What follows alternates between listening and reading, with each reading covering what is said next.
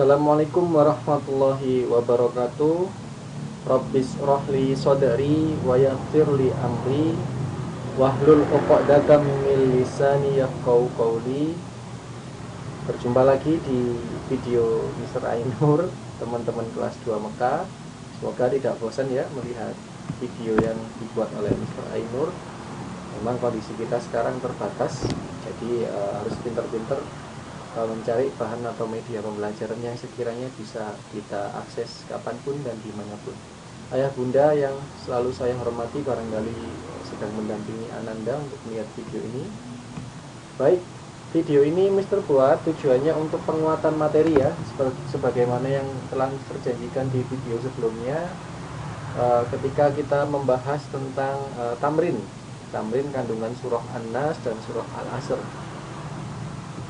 Kali ini kita coba penguatan materi sebelum kita masuk ke asesmen atau masuk ke penilaian untuk menguji pemahaman kita. Baik, judulnya Mister beri materi di video ini adalah penguatan materi kandungan surah An-Nas dan Al-Asr. Baik, sebelum kita masuk membahas kandungan surah An-Nas dan Al-Asr lebih dalam, kita coba baca dulu surah An-Nas. Mister yakin kalian mayoritas kelas 2 sudah hafal, tinggal kita memorizing lagi. 1, 2, 3. A'udzu billahi minasyaitonir rajim. Bismillahirrahmanirrahim. Qul a'udzu birabbin nas, malikin nas, ilahin nas, min syarril waswasil khannas, alladzi yuwaswisu fi quburin nas, minal jinnati wan nas. Shadaqallahul azim. Terima kasih anak-anakku kelas 2 Mekah yang sudah mengikuti Mister Ainur untuk memurojaah atau membaca ulang surah An-Nas. Selanjutnya, sebagai pengantar sebelum kita masuk ke apa sih kandungan dari surah An-Nas, kita coba pahami dulu terjemahannya. Nah, terjemahannya dari surah An-Nas atau dari surat An-Nas. Di buku kalian juga sudah ada, tapi bentuknya tabel-tabel ya. Surat An-Nas ini artinya adalah manusia. Kemudian ayatnya ada 6, diturunkan di kota Mekah. Kebanyakan yang diturunkan di Mekah biasanya suratnya terdiri dari ayat yang pendek-pendek. Baik, di ayat yang pertama kita dapat melihat di sini qul a'udzu birabbin nas. Ini artinya adalah katakanlah, untuk Nabi Muhammad ya dulu, tapi ini bisa berguna juga untuk manusia atau umat setelah Nabi Muhammad. Aku berlindung kepada Robnya manusia atau Tuhannya manusia. Qul a'udzu birabbin nas, malikin nas, rajanya manusia, ilahin nas, sembahannya manusia, min syarril waswasil khannas. Berlindungnya dari apa? Dari kejahatan bisikan syaitan yang biasa bersembunyi atau mengintai ya, khannas atau sedang mencari-cari peluang untuk mempengaruhi. Alladzi waswisu fi sudurin nas, yang membisikkan kejahatannya itu ke dalam dadanya manusia untuk mempengaruhi manusia. Setan itu berasal dari golongan jin dan golongan manusia. Minal jinnati wan nas. Baik, kalau sekilas kita pahami dari terjemahan yang kalian juga bisa baca di buku kalian atau kalian saksikan di layar monitor kalian, baik monitor HP maupun monitor laptop. Di sini adalah perintah untuk berlindung kepada Rob atau Allah sebagai Robnya manusia, Tuhannya manusia, juga rajanya manusia, sesembahannya manusia. Berlindungnya dari siapa? Dari setan yang bisa berasal dari golongan jin dan manusia, di mana setan itu punya kekuatan untuk membisikkan kejahatan atau hal-hal yang negatif ke dalam dadanya manusia, sehingga manusia itu terpengaruh mengikuti setan.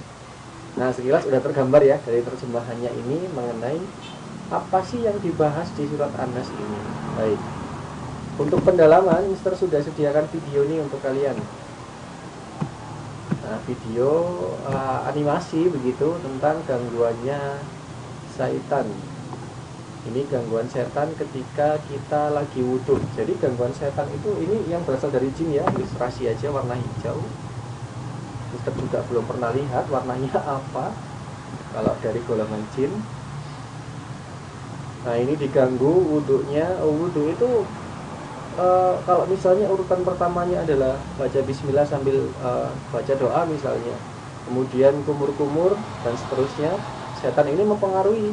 Bukan seperti itu, kaki dulu, kemudian rambut dulu, atau mungkin tidak perlu berwudu kalau mau sholat. Nah, itu dipengaruhi di sini. Nah, tujuannya dia memang mempengaruhi untuk hal-hal yang tidak benar.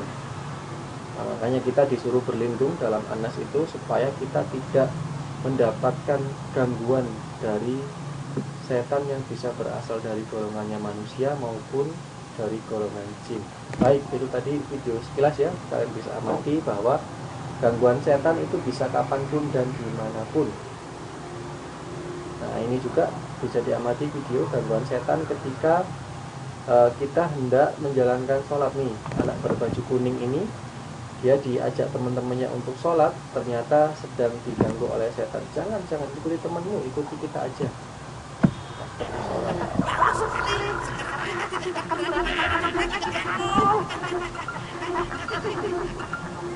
Setan, kita kan cuma mau ngajak kamu sholat. Cepat, tiupkan hawa panas, biar dia marah. Ayo cepat.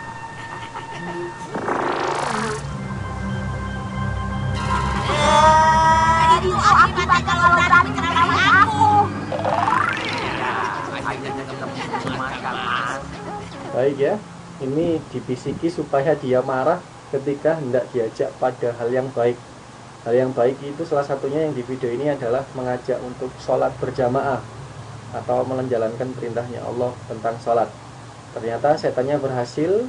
Si baju kuning tadi, anak yang berbaju kuning tadi ternyata tidak mengikuti ajakan dari teman-temannya, malah mengikuti gangguan setan yang berasal dari golongan jin supaya tidak sholat, malah dimarahi aja. Tuh, gangguan setan. Mister cuma ingin menunjukkan bahwa gangguan setan bisa kapanpun, dimanapun, dalam kondisi dan situasi apapun. Baik, ini ada satu lagi video. Kalian bisa saksikan secara singkat video ini. Ceritanya si setan tidak mempengaruhi seseorang supaya yang harusnya makan pakai tangan kanan supaya dia berubah makannya pakai tangan kiri, di mana makan pakai tangan kiri adalah cara makan yang sangat disukai oleh setan. Ayo kita pakai makan dengan tangan kiri. Kau begitu, Mas. Ayo kita pakai tangan kiri.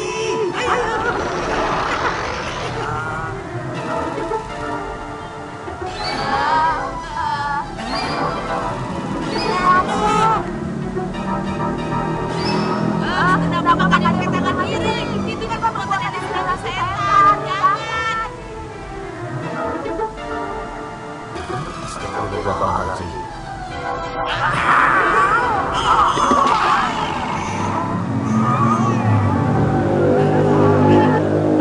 Oke, baik. Jadi video yang terakhir ini tentang kandungan surah An-Nas. Mister cuma ingin menunjukkan bahwa setan itu akan bertugas mengganggu kita kapanpun, dimanapun, dari arah manapun, dalam situasi dan kondisi apapun. Kalau dalam contoh ini tadi adalah ada yang ketika wudhu, kemudian ada yang ketika mau sholat diganggu, kemudian ada yang mau dalam kondisi makan pun juga diganggu supaya tidak menjalankan cara-cara yang sesuai dengan ajaran-ajaran Islam yang diajarkan oleh Allah dan Rasul. Baik, jadi begitu ya karakternya setan itu selalu mengganggunya pasti ke hal-hal yang negatif, hal-hal yang tidak bernilai positif atau hal-hal yang tidak mengandung pahala. Pasti gangguannya itu mengarah kepada kejahatan-kejahatan atau hal-hal yang bernilai dosa. Kalau kita nanti dalam proses kehidupan kita ternyata misalnya ada bisikan-bisikan entah dari setan, bisa berasal dari golongan jin, juga bisa berasal dari golongan manusia. Contoh misalnya kalian sore mau berangkat ngaji, ternyata ada teman kalian bawa bola, kemudian kalian dipengaruhi oleh teman kalian. Buat apa ngaji? Ngaji nggak penting. ngaji buat apa sih, nggak bermanfaat bagi hidup kita, misalnya seperti itu. Kemudian teman kita ngajak, mending kita main bola aja di lapangan, lebih seru, asik, banyak temennya daripada ngaji nggak ngapa-ngapain, nggak bisa gerak, nggak bisa lompat-lompat, nggak bisa berlari dan seterusnya. Nah, maka kalian harus waspada, jangan-jangan itu bisikan-bisikan setan tuh yang berasal dari golongan manusia. Kalian harus pinter-pinter. Pokoknya kalian harus pegang, catatannya adalah bisikannya setan itu selalu mengarah kepada kejahatan-kejahatan atau hal-hal yang tidak bernilai pahala. Nah, tuh pasti bertentangan dengan itu. Misalnya mengarahkan kita supaya malas bangun pagi untuk sholat subuh, kemudian mengarahkan kita supaya malas buka buku untuk belajar, kemudian mengganggu kita supaya kita tidak berangkat ke sekolah atau tidak membuka laptop ketika PJJ.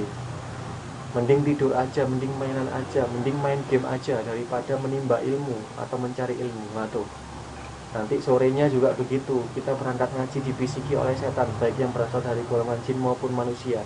Ngapain ngaji-ngaji, nggak penting, mendingan mainan game aja.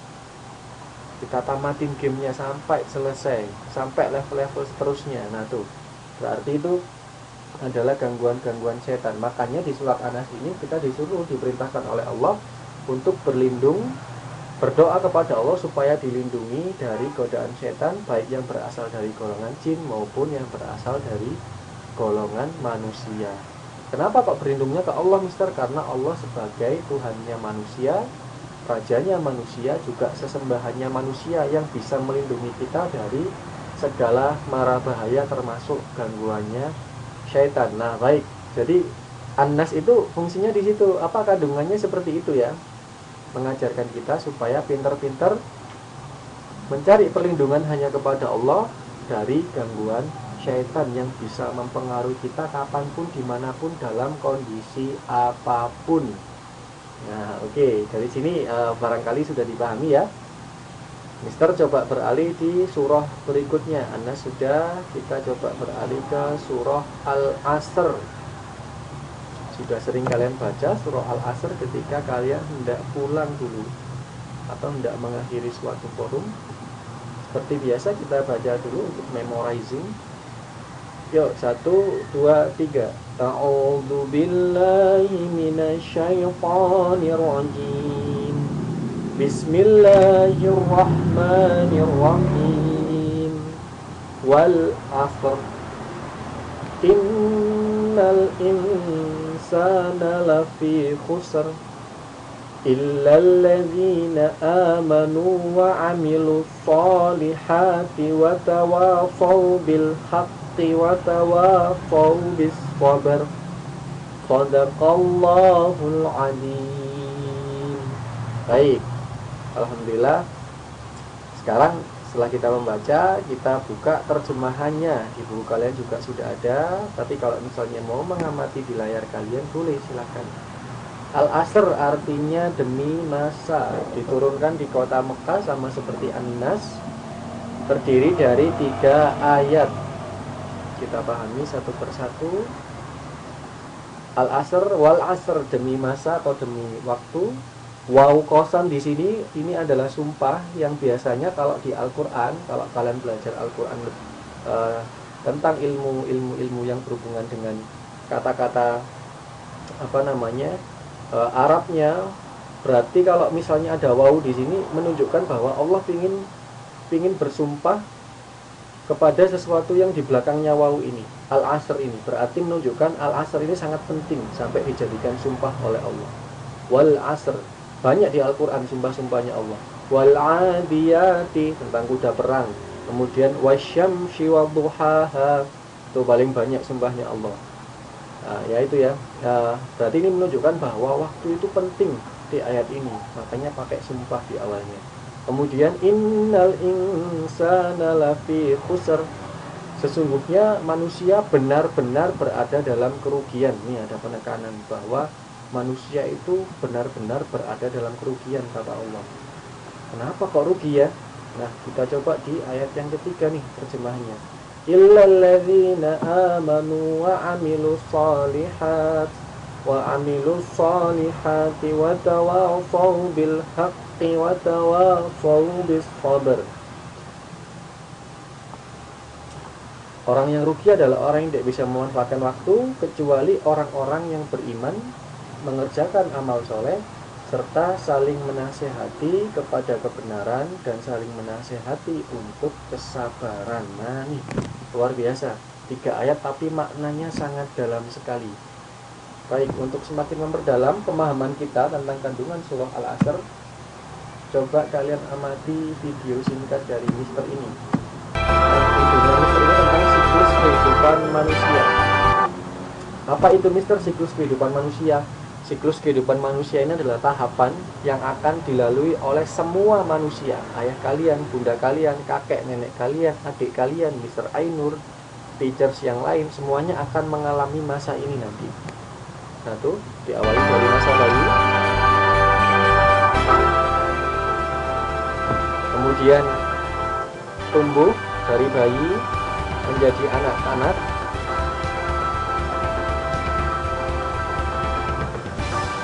kemudian menjadi remaja, anak-anak SMA biasanya, mahasiswa, kemudian jadi bapak-bapak seusia ayah-ayah kalian atau papa kalian, sudah bekerja, punya anak. Kemudian setelah itu pasti setiap orang mengalami masa tua.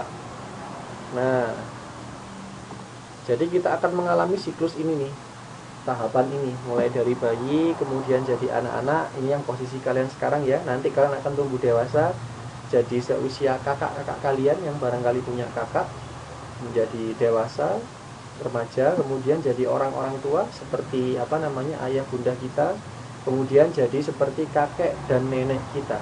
Pertanyaannya kemudian adalah, terus setelah jadi kakek, setelah jadi nenek, mau kemana Mister? Mau jadi apa lagi? Mau jadi apa ya kira-kira?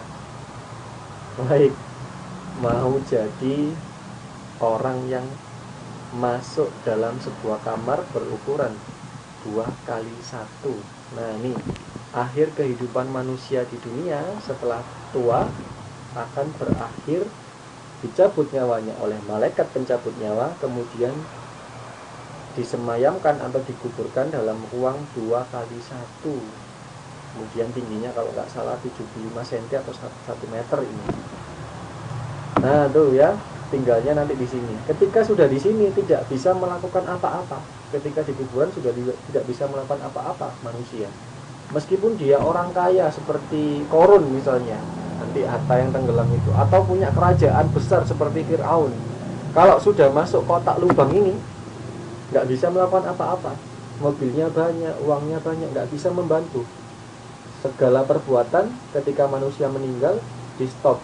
Pahala juga berhenti kecuali pahala-pahala yang mengalir, seperti harta yang diinfakkan, ilmu yang bermanfaat, dan hal-hal yang baik-baik lainnya yang berhubungan dengan itu. Tapi nggak bisa balik lagi ke dunia.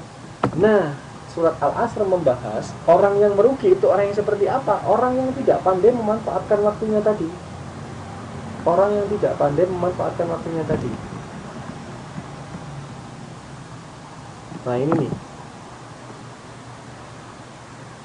misalnya dia ketika seusia kalian, ketika seusia anak-anak yang harusnya banyak belajar, banyak bermain yang bermanfaat, ternyata waktunya dimanfaatkan untuk malas-malasan, hobinya tidur, atau hobinya cuman main game sampai matanya rusak, kemudian jam belajarnya terkurangi, kadang juga dimarahi orang tua tapi diabaikan. Nah tuh, sayang banget, padahal masa kecil ini adalah masa kalian untuk menimba banyak ilmu, mencari banyak ilmu, karena posisi otak kalian ini masih seger.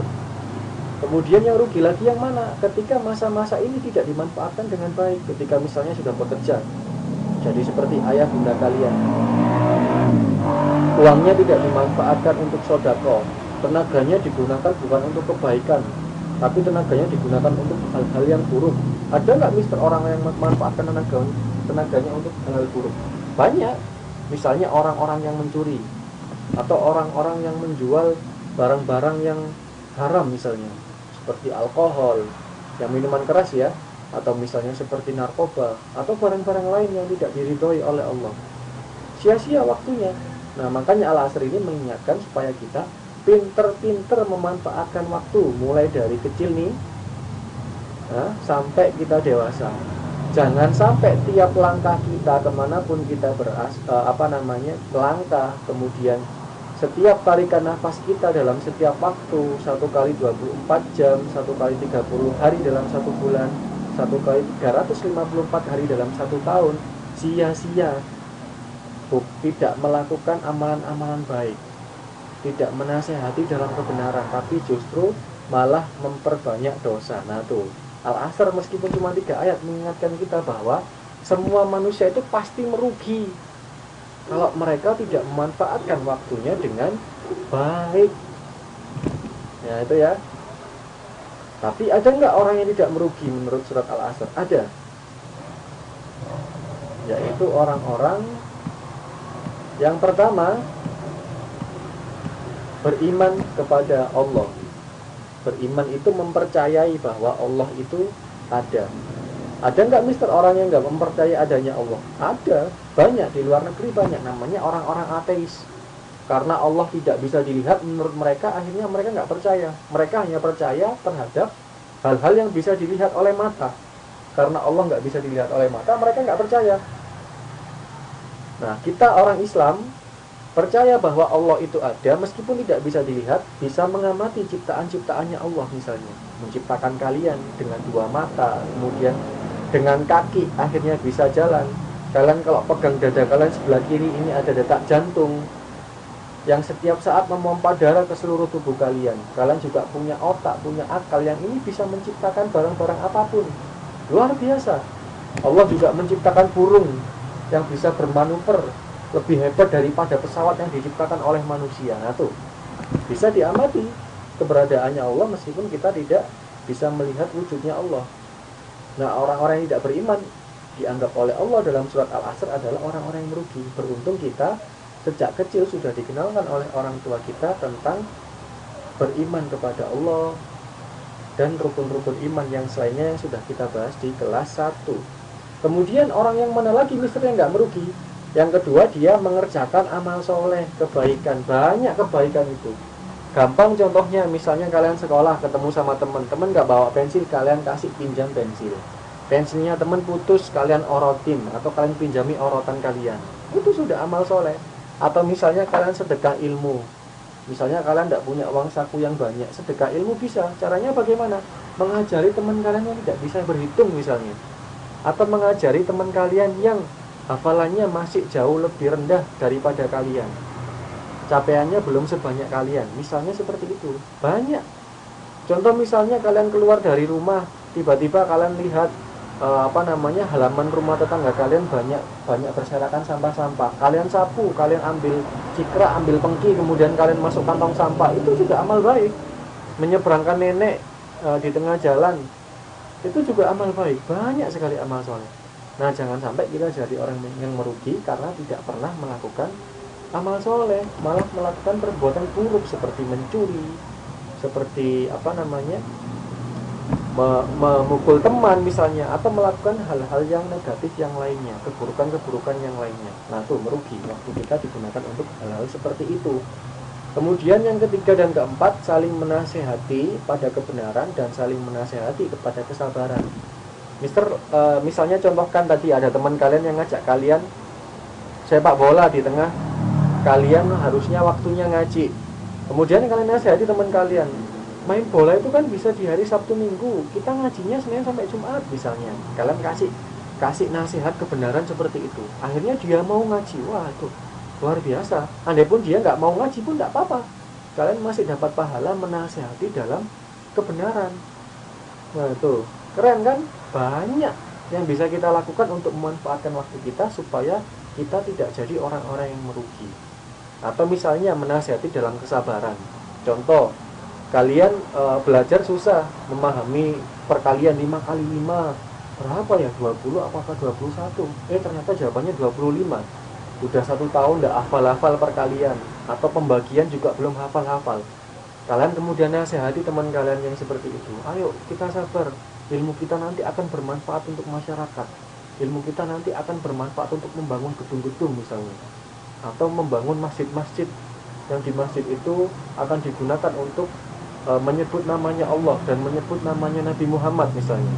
Akhirnya kita suruh teman kita untuk sabar ketika mendalami ilmu matematika. Waduh, bermanfaat waktunya kan?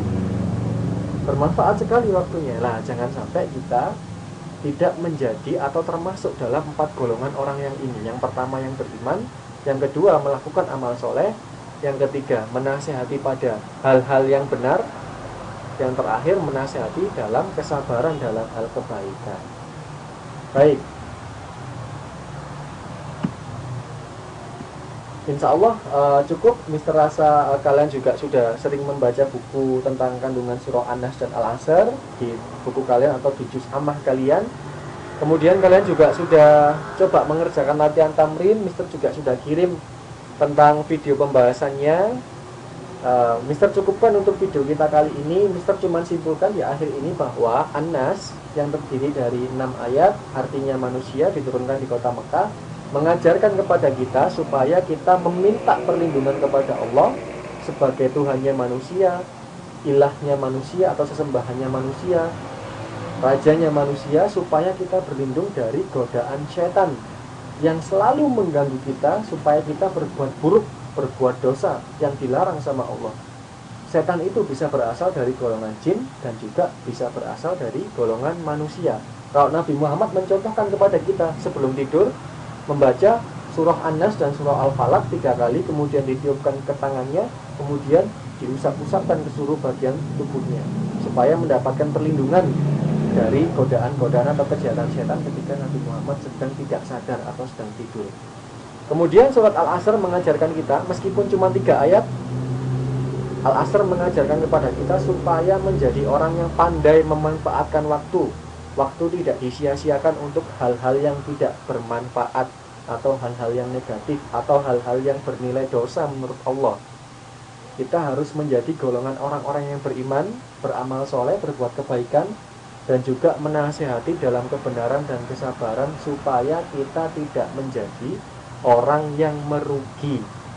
Sehingga ketika nanti kita masuk kuburan, kita sudah siap menghadapi yaumul hisab atau perhitungan amal. Semoga nanti perhitungan amal itu akan berat timbangan pahalanya sehingga kita akan masuk surganya Allah. Nah, itu kemenangan yang sangat besar, bukan orang yang merugi. Yang merugi adalah yang nantinya ending hidupnya adalah masuk ke neraka. Baik, terima kasih sudah memutar videonya Mr. Ainur dan menyimak mulai dari awal sampai habis. Setelah kalian menonton video ini, bersiaplah kalian akan menghadapi assessment dari Mr. Ainur. Assessmentnya Mister buat versi online. Mister buat versi online. Kalian tinggal isi di laptop atau di HP, pinjam punya ayah bunda kalian. Kalian bisa kerjakan. Mister kasih waktu sampai hari Senin malam. Mister kasih catatan, jika kalian tidak kesusahan mengerjakan, jangan buka buku dulu. Kalian coba pede dengan kemampuan kalian dulu. Tapi kalau memang mentok kalian tidak bisa, tidak apa-apa kalian membuka buku kalian, tapi jangan tanya orang tua kalian.